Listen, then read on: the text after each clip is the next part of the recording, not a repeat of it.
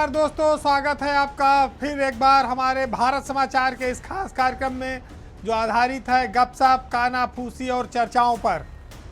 तो कई सारी चटपटी खबरें हैं। चलिए शुरू करते हैं पावर सेंटर।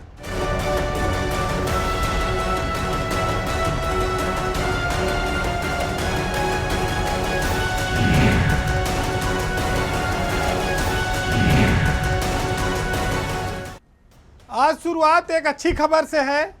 ब्यूरोक्रेसी में आईएएस अफसरों ने कुछ अच्छा काम किया है, जिसके लिए राष्ट्रीय स्तर पर उत्तर प्रदेश का एक बार फिर से नाम हो गया है। मामला प्रधानमंत्री अवार्ड के लिए चयन से जुड़ा हुआ है। उत्तर प्रदेश में 4 जिलों के डीएम जल संरक्षण के लिए प्रधानमंत्री अवार्ड से चयनित किए गए हैं और उनको इसी महीने अक्टूबर में दिल्ली में ये अवार्ड दिया जाएगा।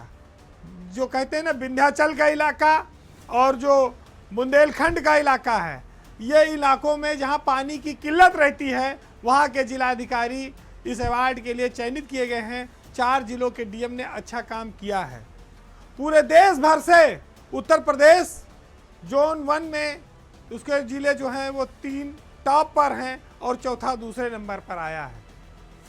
तो बात करेंगे, चाहे मिर्ज़ापुर मंडल हो, चाहे बुंदेलखंड का इलाका हो, कानपुर से शुरू होकर जो चित्रकूट और चाहे झांसी का इलाका हो, उत्तर प्रदेश में जल संकट गर्मियों के दिनों में बढ़ जाता है, खास तौर से इन इलाकों में। और ये कहा जाता है कि जिलाधिकारी अपनी ऐसी गाड़ी में, अपनी ऐसे कमरों में रहते हैं, लेकिन उनको जनता का दुख दर्द दिखाई नहीं पड़ता है। प्रधानमंत्री नरेंद्र मोदी की प्रेरणा से जल संरक्षण के लिए एक अवार्ड भारत सरकार ने शुरू किया है, जिसमें जिलों के डीएम अच्छा काम करने पर उनको सराहना मिलती है और उनको सम्मान मिलता है। इतना ही नहीं, प्रत्येक जिले को 2-2 करोड़ की नगद राशि भी दी जाती है। इसी से प्रेरित होकर आप कह सकते हैं कि मिर्ज़ापुर के डीएम पवन गंगवार, उनका जिला बनारस जो प्रधानमंत्री का संसदीय क्षेत्र भी है, वहाँ पर डीएम है। बनारस जो प्रधानमंत्री का संसदीय क्षेत्र भी है, वहाँ पर डीएम है सत्येंद्र कुमार वो।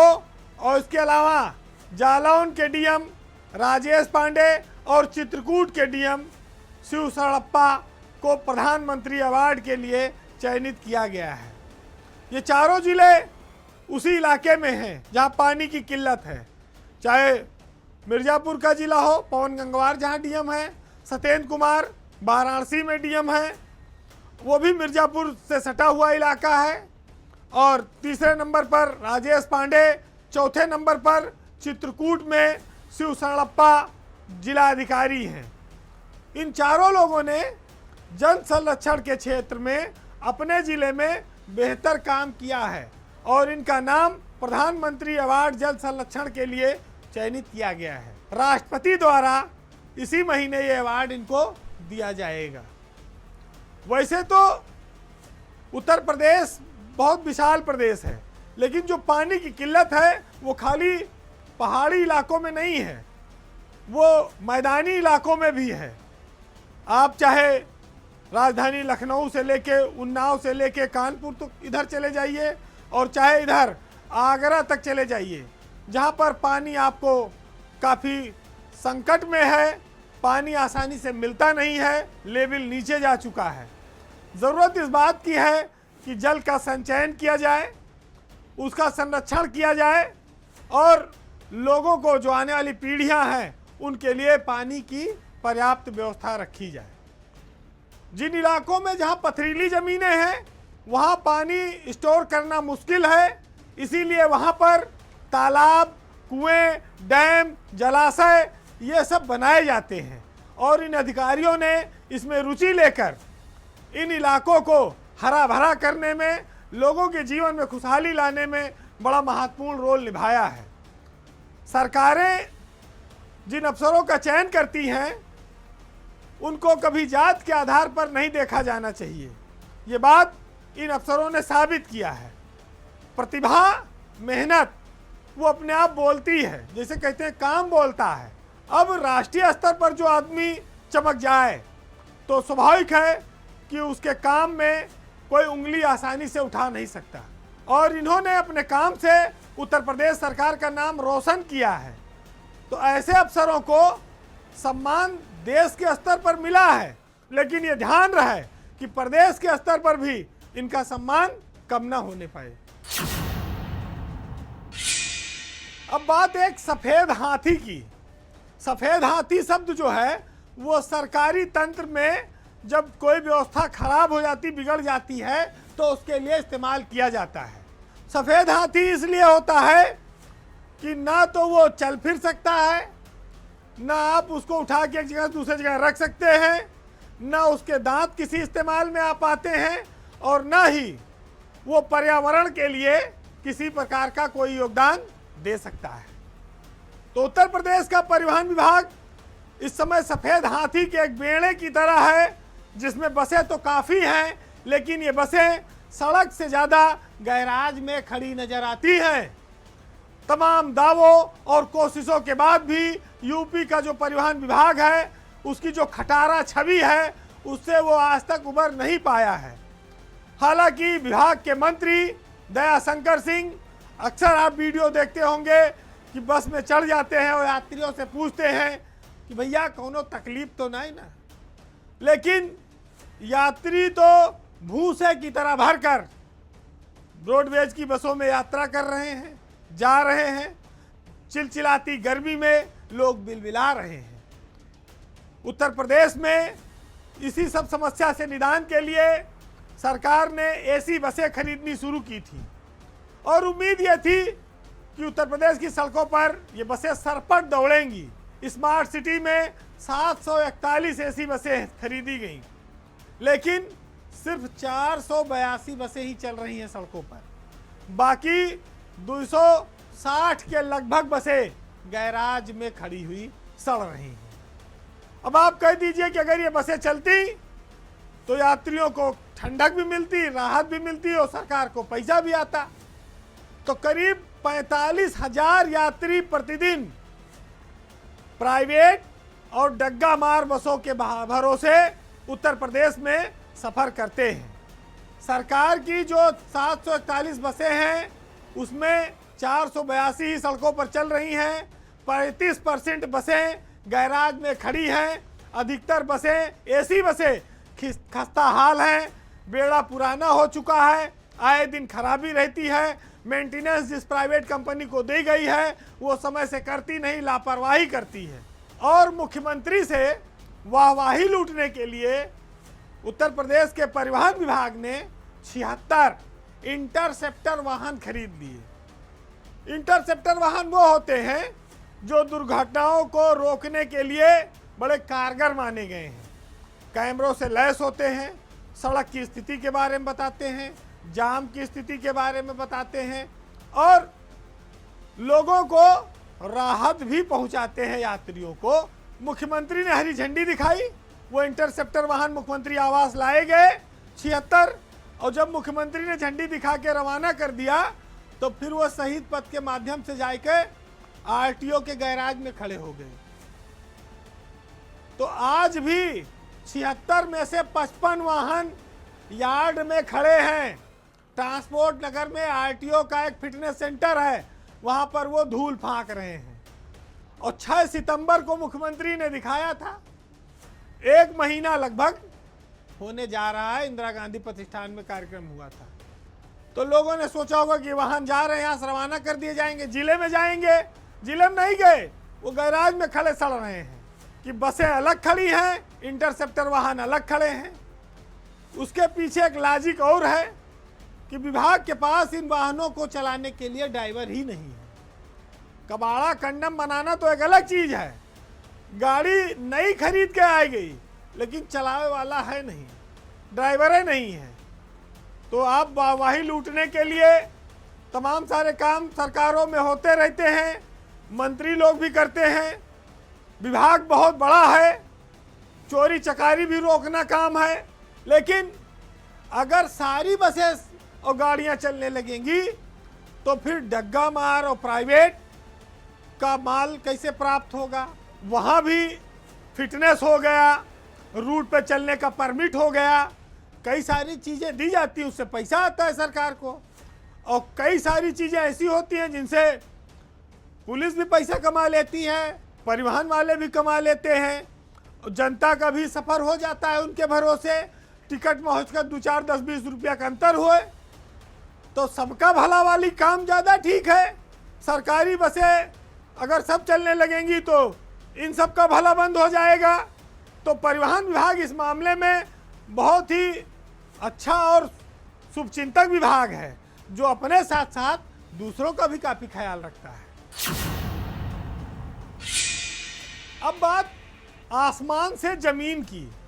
आज हम बात करेंगे भारत के सबसे बड़े व्यवसायिक समूहों में से एक रहे सहारा इंडिया परिवार की।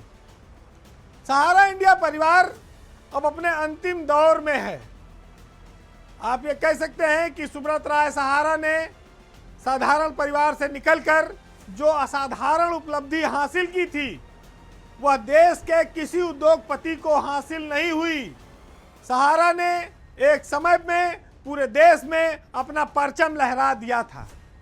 जहां जहां भारत की बात आई वहां वहां सुब्रत राय सहारा अग्रिम पंक्ति में खड़े दिखाई पड़े।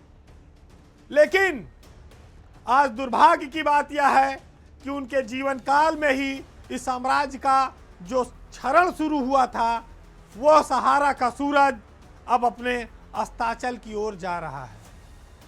सुब्रत राय सहारा का नाम इतिहास के कालखंड में सम्मान के साथ दर्ज तो हो गया और वो अमर भी हो गए, लेकिन उनकी मेहनत और खून पसीने से बनाई गई इस नाम, सम्मान और साम्राज्य का धीरे धीरे पतन शुरू हो गया। एक व्यक्ति अपनी मेहनत से, अपनी काबिलियत से किस बुलंदी तक पहुंच सकता है, वो नाम है सुब्रत राय सहारा।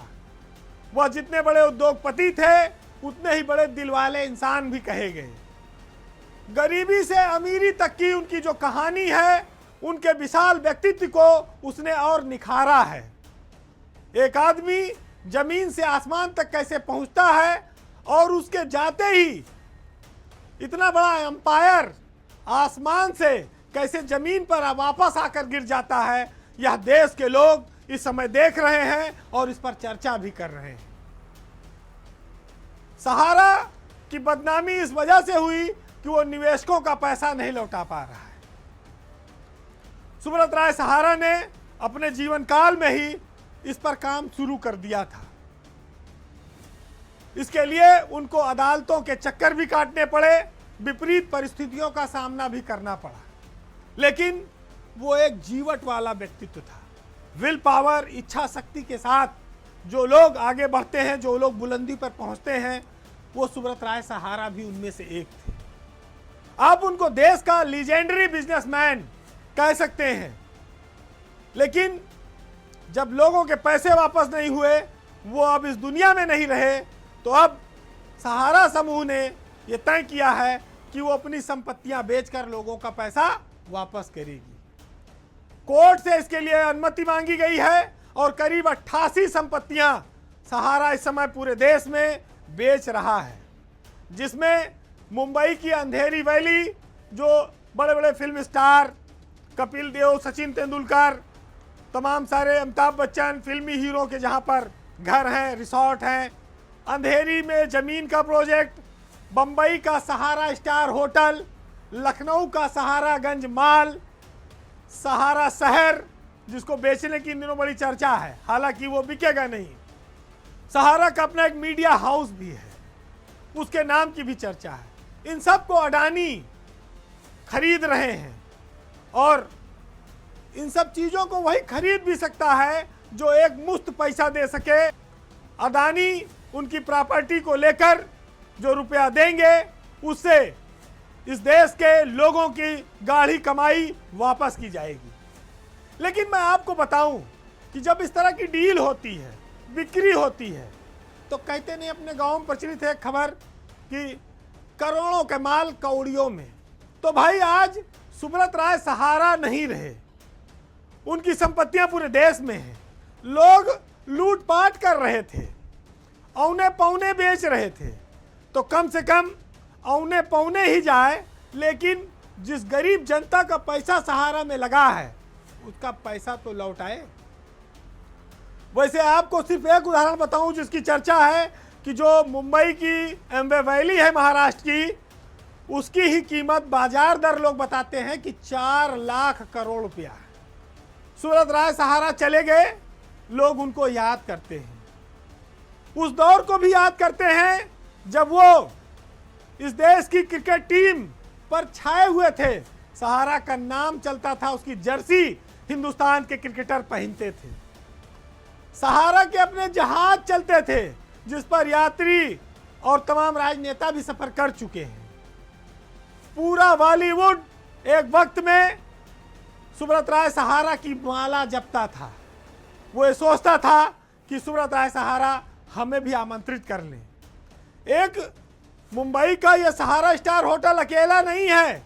सुब्रत राय सहारा ने न्यूयॉर्क में, लंदन में भी होटल खरीदे, विदेशों में उन्होंने अधिग्रहण किया और अंतर्राष्ट्रीय स्तर पर सहारा के नाम की एक धाक जमाई। यूपी से कर्म क्षेत्र बनाकर निकला एक उद्योगपति जिसे इस देश में उद्योग जगत में रॉबिन हुड के नाम से जाना जाता था। उसने जो चमत्कार किया उसकी बराबरी करने वाला आज की तारीख में कोई नहीं है। कुछ दिनों बाद लेकिन ये सब सहारा की संपत्तियों पर अडानी के बोर्ड लग जाएंगे, जिनके एक समय में मुख्यमंत्री मुलायम सिंह कायल थे, अमिताभ बच्चन जिन्हें अपना भाई मानते थे, देश के प्रधानमंत्री अटल बिहारी वाजपेयी जिस सुब्रत राय सहारा को स्नेह करते थे, उनके निमंत्रण पर हर कार्यक्रम में मौजूद रहते थे। वो सुब्रत राय सहारा का साम्राज्य धीरे धीरे धीरे अब समापन की ओर है। इस व्यक्ति ने परिवार की खातिर, समूह की खातिर, देश की खातिर कभी सर झुकाना नहीं सीखा। पैसा चाहे जितना लग जाए लेकिन सम्मान से समझौता नहीं किया। ऐसे ही लोग लंबे समय तक, युगों युगों तक देश में याद किए जाते हैं। वो भारत के निर्माण में उनका जो योगदान है उसको कभी भुलाया नहीं जा सकेगा। सुब्रत राय सहारा देश और उत्तर प्रदेश की शान हमेशा थे और रहेंगे। और अब एक खबर ब्यूरोक्रेसी की, और एक ऐसी खबर जो रिटायर अफसरों के लिए एक नया रास्ता खोल रही है। और कहा जाए तो दिल्ली एनसीआर का जो इलाका है वो एक नया चारागाह फिर बन रहा है। जब बीजेपी की सरकार आई थी तो उसने कहा था कि हम किसी अफसर को कोई सेवा विस्तार नहीं देंगे, लेकिन जब बात एनसीआर की आती है, दिल्ली की आती है, तो वहां पर सरकार का यह संकल्प कई बार टूटा। अपने चहेते अफसरों को उपकृत करने के लिए सरकार ने उन वसूलों को तिलांजलि दे दी जिसको लेकर वो चुनाव में कसम खाकर आई थी। दिल्ली के नज़दीक के इलाके में एक अथॉरिटी है, यमुना अथॉरिटी। यमुना अथॉरिटी उत्तर प्रदेश के रिटायर अफसरों के लिए अब एक सुरक्षित स्थान बन गया है। जो अफसर रिटायर होता है, सरकार उसे फिर से वहीं पुनर्नियुक्ति दे देती है। ऐसा तो एक अफसर के लिए 7 बार हो चुका है, जिनका नाम था अरुणवीर सिंह। और अरुणवीर के बाद अब राकेश कुमार सिंह दूसरे वीर अफसर हैं जिन्होंने यमुना अथॉरिटी के सीईओ पद पर पुनर्नियुक्ति अथवा सेवा विस्तार हासिल किया है। कहते हैं कि एक बड़ी मुश्किल से गया था, कई सारे मानक टूटे थे उसके लिए। यमुना अथॉरिटी एनसीआर के इलाके में है, नोएडा जिले में है। आप कहते हैं कि वहाँ पर जो अफसर जाता है वो बहुत ताकतवर होता है, सरकार का बहुत निकट होता है, करीबी और भरोसेमंद होता है, और वहाँ पर इतनी व्यवस्था है, इतना माल मात्रा है कि आप फिर वो मोह छोड़ नहीं पाते, और येन केन प्राकारेण आप वहाँ पर बने रहने की कोशिश करते हैं। जब राकेश कुमार सिंह को यमुना अथॉरिटी का जब राकेश कुमार सिंह को यमुना अथॉरिटी का सीईओ बनाया गया था तब उनकी नौकरी मात्र 3 महीना बची हुई थी। तभी ये बात मान ली गई कि राकेश सिंह अब सरकार के अगले ब्लू आइड बॉय बनने वाले हैं। और जब 3 महीने बाद यानी कि इसी 30 सितंबर को जब उनका रिटायरमेंट हुआ तो सरकार ने उसी दिन उनको 1 साल के लिए फिर से यमुना अथॉरिटी का सीईओ और नोएडा इंटरनेशनल एयरपोर्ट का सीईओ नियुक्त कर दिया है। तो आप एक बात ये भी सोच सकते हैं कि भाई यमुना अथॉरिटी में ऐसा क्या है कि जो तैनात होता है वहीं से रिटायर होता है, फिर वहीं पर दोबारा प्रतिनियुक्ति ले लेता है, पुनर्नियुक्ति ले लेता है, सेवा विस्तार ले लेता है, बार बार ऐसा क्यों पूजित किया जा रहा है? तो इसलिए भी हो सकता है क्योंकि अथॉरिटी बहुत बड़ी है, हजारों करोड़ का वारा न्यारा होता है, बहुत सारे नेताओं से लेकर अफसरों की स्टेक लगी रहती है, उद्योगपति तो तीसरे चौथे नंबर पर आता है, सहूलियत बाद में मिलती है उसको, पहले अफसर को सहूलियत चाहिए और नेता को चाहिए, बाद में फिर उद्योग लगाने वाले को मिलती है।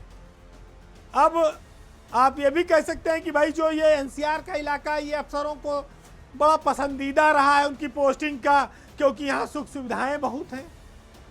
सुख सुविधाएं तो चलो एक चीज़ है, सरकार सबको देती है गाड़ी बंगला, लेकिन ये देखा जाता है कि कहाँ पर कितना खुदाई करने पर कितना पानी निकल सकता है। तो नोएडा के इलाके में एक बार जो नौकरी करने चला गया वो गले तक एकदम तर हो जाता है, भर जाता है, कई बार उल्टी होने की नौबत भी आ जाती है और वो फिर प्रदेश में लौटकर किसी और जिले में नौकरी नहीं कर पाता और सरकार भी इसको जानती है, इसीलिए ऐसे अफसरों को बार बार वहाँ तैनाती भी देती है। तो इस मामले में राकेश सिंह फिर भाग्यशाली साबित हुए हैं कि वो पहले गाजियाबाद में डीएम भी रहे और गाजियाबाद अथॉरिटी विकास प्राधिकरण के वो वीसी भी रहे हैं। वहाँ पर उनको एनसीआर में रहने का, वहाँ के तौर तरीकों का और माहौल से वाकिफ होने का एक अच्छा अनुभव प्राप्त है। और एक ज़माने में राकेश सिंह भी, आजम खान जो आजकल जेल से छूटे हैं, उनके भी काफ़ी भरोसेमंद और पसंदीदा अफसर थे वो, और वो लखनऊ में नगर आयुक्त भी रहे हैं। वो कहते हैं ना कि कौम के गम में डिनर खाते हैं हुक्काम के साथ, रंज अफसर को तो बहुत है मगर आराम के साथ। सियासत, सत्ता, इन दोनों के चरित्र हमेशा आम जनमानस को दिए गए आश्वासन से अलग रहे हैं। तो बहुत इसीलिए दुखी होने की ज़रूरत नहीं है, सबका अपना अपना समय है, सबकी अपनी अपनी किस्मत है। आज राकेश सिंह की चमक रही है। फिलहाल आज के पावर सेंटर में इतना ही, लेकिन जो लोग मौज में हैं, जो लोग शीर्ष पर हैं, वो इस बात को न भूलें कि उनके साथ के बहुत सारे लोग किनारे पड़े हैं, दुख दर्द झेल रहे हैं। ये तो वक्त की बात है, इस पर अभिमान करने की ज़रूरत भी नहीं है। अब जाते जाते हम आपको कुमार विश्वास के कुछ लाइनें हैं उनके साथ छोड़ जाएंगे, जो सत्ता के काम काज के तरीकों को और बयानों के अंतर को दर्शाती हैं। सुनिएगा। वो बोले दरबार सजाओ, वो बोले जयकार लगाओ, वो बोले हम जितना बोले तुम केवल उतना दोहराओ, वाणी पर इतना अंकुश कैसे सहते, हम कबीर के बंसज चुप कैसे रहते। हमने कहा अभी मत बदलो, दुनिया की आशाएं हम हैं, वो बोले अब तो सत्ता की वरदाई भाषाएं हम हैं। इतने मतभेदों में बोलो मन की क्या कहते, हम कबीर के बंसज चुप कैसे रहते। नमस्कार।